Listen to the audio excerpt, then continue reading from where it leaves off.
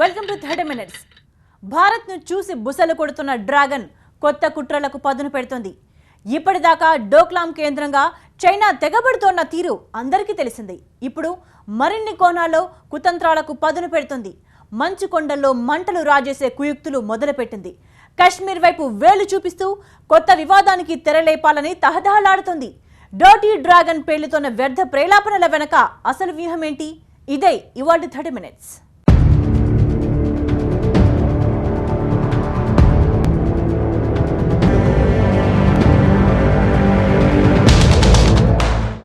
కశ్మీర్లోకి మా సైన్యం ఎందుకు అడుగు పెట్టకూడదు?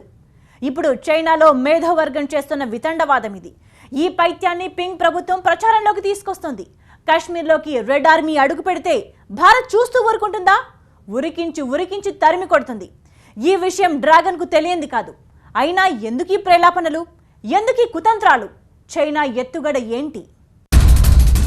భారత్ చైనా మధ్య ఇప్పుడు ఏం జరుగుతుందో ప్రత్యేకంగా చెప్పనక్కర్లేదు. సిక్కిం సరిహద్దుల్లో నెలకొన్న సమర వాతావరణం కొనసాగుతోంది. అదే సమయంలో ముందు మరింత కోణాల్లో వివాదాలు రాజేయడానికి డ్రాగన్ కంట్రీ తహతహలాడుతోంది.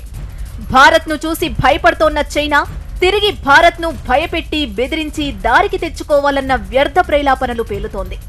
అందులో భాగంగానే తాము తలుచుకుంటే ఇండియాను సమస్యల వలయంలోకి నెట్టేస్తామని చెప్పడానికి పడరాని పాట్లు పడుతోంది.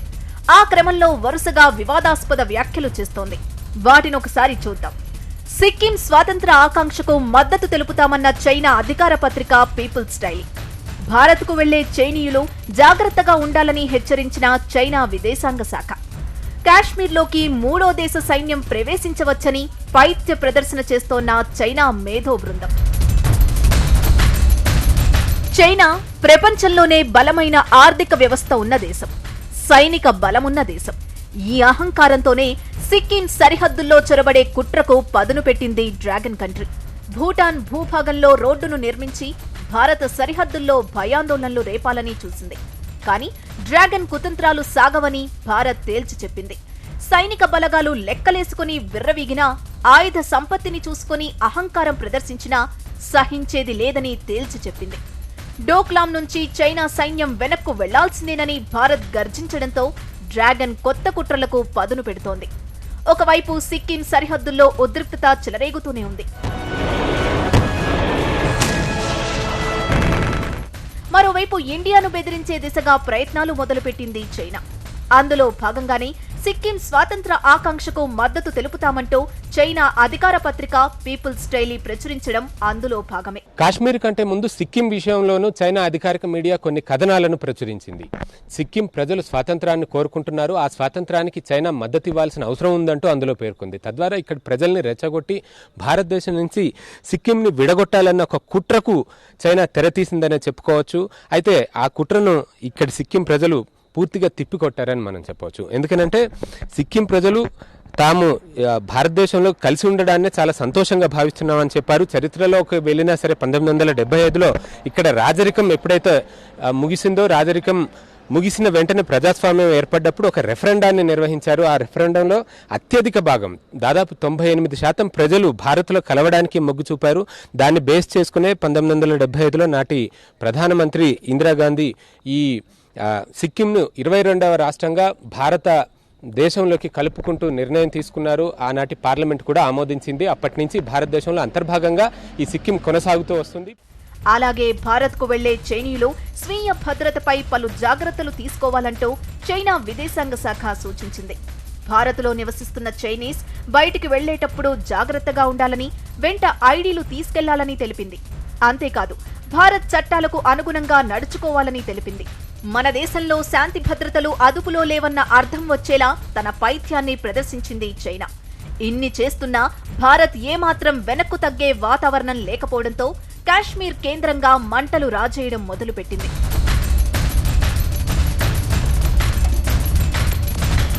కాశ్మీర్లోకి చైనా సైనికులు అడుగు పెడితే ఏం జరుగుతుంది? భారత బలగాలు తరిమి కొడతాయి.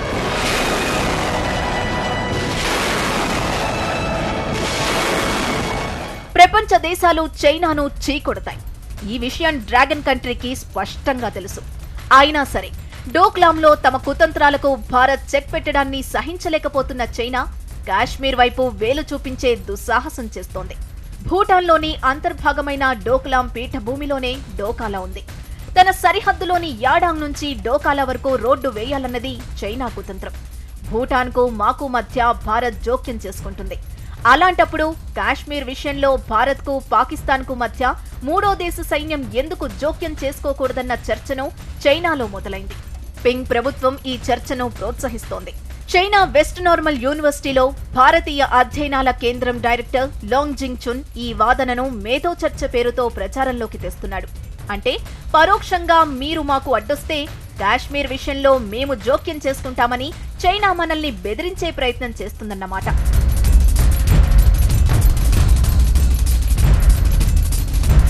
భూటాన్కు తమకు మధ్య నడుస్తోన్న వివాదంలో భారత్ అనవసరంగా జోక్యం చేసుకుంటుందని అంతర్జాతీయ సమాజానికి చెప్పే ప్రయత్నం చేస్తోంది చైనా.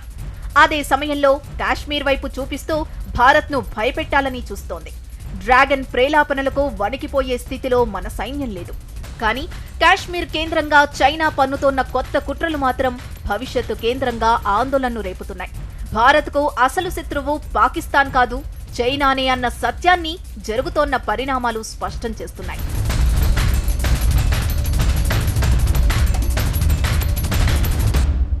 పాకిస్తాన్ ప్రేరేపిత ఉగ్రభూతాలు కశ్మీర్లో అశాంతిని రేపుతూనే ఉన్నాయి. ఉగ్రదేశమైన పాక్కి అన్ని విధాలుగా అండగా నిలుస్తూ వస్తోంది చైనా. అలాంటి డ్రాగన్ కంట్రీ ఇప్పుడు కశ్మీర్లోకి మూడో దేశం సైన్యం ఎందుకు ప్రవేశించకూడదన్న చర్చను జోరుగా కొనసాగిస్తోంది. భూటాన్కు తమకు మధ్య వివాదంలో భారత్ జోక్యం చేసుకోగలేనిది తాము కాశ్మీర్ విషయంలో ఎంట్రీ ఇస్తే తప్పేంటి అంటుంది. భూటాన్ చైనా వివాదంలో భారత్ జోక్యం చేసుకుందా? జరిగిందేంటి? జరుగుతోందేంటి? భూటాన్లోని డోక్లాం పీఠభూమిలో ఉన్న డోకాలా వరకు తన సరిహద్దు నుంచి రోడ్డు వేయడానికి చైనా తీవ్రంగా ప్రయత్నిస్తోంది. ఈ విషయంలో భారత్ జోక్యం చేసుకుని చైనాను అడ్డగించింది. అయితే ఇక్కడ భారత్ జోక్యాన్ని ప్రస్తావిస్తున్న చైనా పాకిస్తాన్ కోరితే మేం కాశ్మీర్లో జోక్యం చేసుకుంటామంటోంది. నిజానికి భూటాన్ విషయంలో భారత్ అనవసరంగా జోక్యం చేసుకోలేదు. 2007లో భూటాన్కు భారత్కు మధ్య జరిగిన ఒప్పందం ప్రకారం భూటాన్ దేశ భద్రతకు మనం హామీదారుగా ఉన్నాం. ఇప్పుడు చైనా మా భూభాగంలోకి చొచ్చుకొచ్చింది. అంతటి పెద్ద దేశాన్ని తాము ఎదురించలేము, సాయపడమని కోరితేనే భారత్ జోక్యం చేసుకుంది. నిజానికి 1966లోనూ ఇందిరాగాంధీ ఇదే చేశారు. నాడు కూడా చైనా భూటాన్ భూభాగంలోకి చొచ్చుకొచ్చే ప్రయత్నం చేస్తే ఇందిరాగాంధీ అడ్డుకున్నారు. చైనా నుంచి భూటాన్ భూభాగంలోని డోకాలా వరకు రోడ్డును డ్రాగన్ కంట్రీ నిర్మిస్తే ఈశాన్య రాష్ట్రాల్లో భారత్కు సంబంధాలు తెగిపోతాయి. 8 ఈశాన్య రాష్ట్రాలను మిగిలిన భారతదేశంతో కలిపే సిలిగురి కారిడార్ సగటు వెడల్పు 60 కిలోమీటర్లే. ఒక చోట అది 17 కిలోమీటర్లుగా కూడా ఉంది. దీన్ని చైనా ఆధీనంలోకి తీసుకుంటే ఈశాన్య రాష్ట్రాల్లో భారత్ సంబంధాలు తెగిపోతాయి. అదే సమయంలో డోకాలా వరకు చైనా రోడ్డును నిర్మిస్తే భారత సరిహద్దులకు అతి సమీపంగా యుద్ధ ట్యాంకులను, తమ బలగాలను తరలించవచ్చు. అందుకే భారత్ డ్రాగన్ దురాక్రమణను అడ్డుకుంటోంది. దీనికి కాశ్మీర్తో ముడిపెట్టే వెకిలి ప్రయత్నం చేస్తోంది చైనా.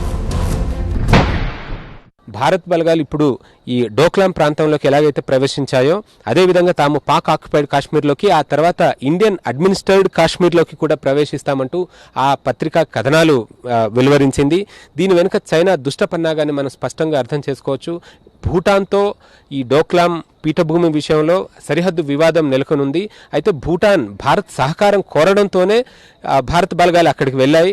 భారత ప్రయోజనాలు సైతం ఈ డోక్లాం పీఠభూమితో ముడిపడి ఉన్నాయి. డోక్లాం పీఠభూమిలో చైనా గనక ఏవైనా నిర్మాణాలను చేపట్టిన పక్షంలో అవి భవిష్యత్తులో భారత్కి విఘాతం కలిగించే విధంగానే ఉంటాయి, రక్షణకు విఘాతం కలిగిస్తాయి. ఎందుకంటే బంగ్లాదేశ్ని దాటుకుని అవతల వైపు ఉన్న నార్త్ ఈస్ట్ స్టేట్స్ ఏవైతే ఉన్నాయో వాటికి వెళ్ళడానికి 27 కిలోమీటర్ల విస్తీర్ణం కలిగిన చికెన్ నెక్ లాంటి ప్రాంతం ఉంది. ఈ డోక్లాం పీఠభూమి వరకు చైనా బలగాలు రాగలిగితాయి. అంటే వారు రోడ్ల నిర్మాణాలు చేపట్టి ఆ బలగాలను ఫ్రీగా మూవ్ చేయగలిగే పరిస్థితిని క్రియేట్ చేసుకుంటే కనుక భవిష్యత్తులో నార్త్ ఈస్ట్ స్టేట్స్కి కనెక్టివిటీని దెబ్బతీసే ప్రమాదం కూడా ఉంది. చైనాతో మనకున్న సంబంధాలు ఆర్మీ పరంగా, రక్షణ శాఖ పరంగా అయితే ఎప్పుడు కూడా విభేదాలు తలెత్తుతున్నాయి. ఇప్పటికే అరుణాచల్ని తమ ప్రాంతంగా, సౌత్ టిబెట్గా చైనా క్లెయిమ్ చేసుకుంటున్న వాతావరణం కూడా ఉంది. ఈ పరిస్థితుల్లోనే ఇప్పుడు కాశ్మీర్ అంశాన్ని తెర మీదకు తీసుకువచ్చి కాశ్మీర్లో తాము జోక్యం చేసుకుంటాం, మీరు ఇప్పుడు భూటాన్ విషయంలో జోక్యం చేసుకున్నారు కాబట్టి ఈ తవ్వు మాకు భూటాన్కి మధ్య ఉంటే మీరు మధ్యలో ఎందుకు వచ్చారు? అదేవిధంగా మేము పాకిస్తాన్కి ఇండియాకి మధ్యలో ఉన్న తవ్వు విషయంలో మేము జోక్యం చేసుకుంటాము, వారు కోరిన పక్షంలో మేము జోక్యం చేసుకుని మేము కూడా ఇన్వాల్వ్ అవుతామంటూ చైనా చేస్తున్న హెచ్చరికల వెనుక దురుద్దేశం మనం స్పష్టంగా అర్థం చేసుకోవచ్చు. డోక్లాం ప్రాంతం నుంచి బేషరతుగా భారత్ బలగాలు వెనక్కి వెళ్లాలని డిమాండ్ చేస్తున్న చైనా అందుకు అన్ని రకాలుగా ఒత్తిడిని పెంచుతోంది. ఆ ఒత్తిడిని పెంచే క్రమంలో భాగంగానే ఈ కాశ్మీర్ అంశాన్ని, సిక్కిం అంశాన్ని కూడా తెర మీదకు తీసుకొచ్చిందని మనకు అర్థమవుతోంది. భూటాన్ కోరింది కాబట్టి జోక్యం చేసుకున్నామని భారత్ చెబుతోంది. అలా అయితే రేపు పాకిస్తాన్ కోరితే కాశ్మీర్ విషయంలో మేం జోక్యం చేసుకోవచ్చన్నమాట అంటూ పైత్య ప్రదర్శన చేస్తోంది చైనా.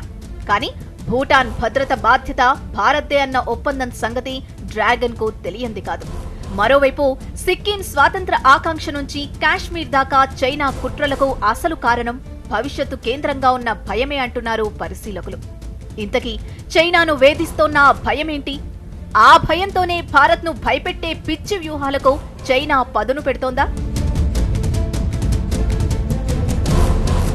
భారత్కు వ్యతిరేకంగా చైనా ఎందుకు వరుస కుట్రలు చేస్తోంది? భారత్ను చూసి ఎందుకు భయపడుతోంది? ఆ భయంతోనే భారత్ను భయపెట్టాలన్న స్థితికి ఎందుకు దిగజారుతోంది? భారత్కు వ్యతిరేకంగా పాకిస్తాన్ను ఎందుకు రెచ్చగొడుతోంది? ఈ ప్రశ్నలకు జవాబు తెలిస్తే డోక్లాం కేంద్రంగా డ్రాగన్ పన్నిన కుతంత్రం అర్థమవుతోంది. భవిష్యత్తులో చైనా నుంచి మనకు ఎంత ముప్పు పొంచి ఉందో తెలుస్తోంది. భారత్కు పక్కలో బల్లెంగా తయారైంది పాకిస్తాన్. ఇది పైకి కనిపించే పిక్చర్. నిత్యం ఆర్థిక సంక్షోభాలతో, రాజకీయ సంక్షోభాలతో కిందా మీద పడే పాకిస్తాన్కు భారత్ కేంద్రంగా కుట్రలు పన్నే శక్తి ఎక్కడి నుంచొస్తోంది? ఉగ్రమూకలకు ఆసరా ఇచ్చే ధైర్యం ఎలా వస్తుంది? ఈ ప్రశ్నలను లోతుగా చూస్తే భారత్కు అసలు శత్రువు పాకిస్తాన్ కాదు, చైనా అన్నది అర్థమవుతుంది. భారత్ ఆసియాలో అత్యంత వేగంగా ఎదుగుతోన్న దేశం మాత్రమే కాదు, ప్రపంచంలోనే అతి వేగంగా అభివృద్ధి సాధిస్తున్న దేశం, యువకులు అత్యంత ఎక్కువ ఉన్న దేశం. భారత్ ఎదుగుతున్న కొద్దీ తనకు సమస్యలు తప్పవని చైనా భావిస్తోంది. అందుకే భారత్కు వ్యతిరేకంగా చేయాల్సిన అన్ని కుట్రలు చేస్తోంది. జైషే మహ్మద్ అధినేత మసూద్ అజహర్ పై ఐక్యరాజ్య సమితి నిషేధం విధించకుండా అడ్డుపడుతోంది. భారత్కు ఎన్ఎస్జీలో సభ్యత్వం రాకుండా అడ్డుకుంటోంది. పాకిస్తాన్కు ఆర్థిక సాయం చేస్తూ మనపైకి రెచ్చగొడుతోంది. మన ఇరుగు పొరుగు దేశాలకు మనకు మధ్య దూరం పెంచాలని చూస్తోంది. భవిష్యత్తులో ఎప్పుడైనా భారత్పై దాడి చేయడానికి వీలుగా భూటాన్లోని డోకాలా వరకు రోడ్డు వేయాలని చూస్తోంది. కాశ్మీర్ కేంద్రంగా మంట రాజేయాలని ప్రయత్నిస్తోంది. సిక్కిం స్వాతంత్ర ఆకాంక్షకు మద్దతంటూ పిచ్చి పేలుడు పేలుతోంది.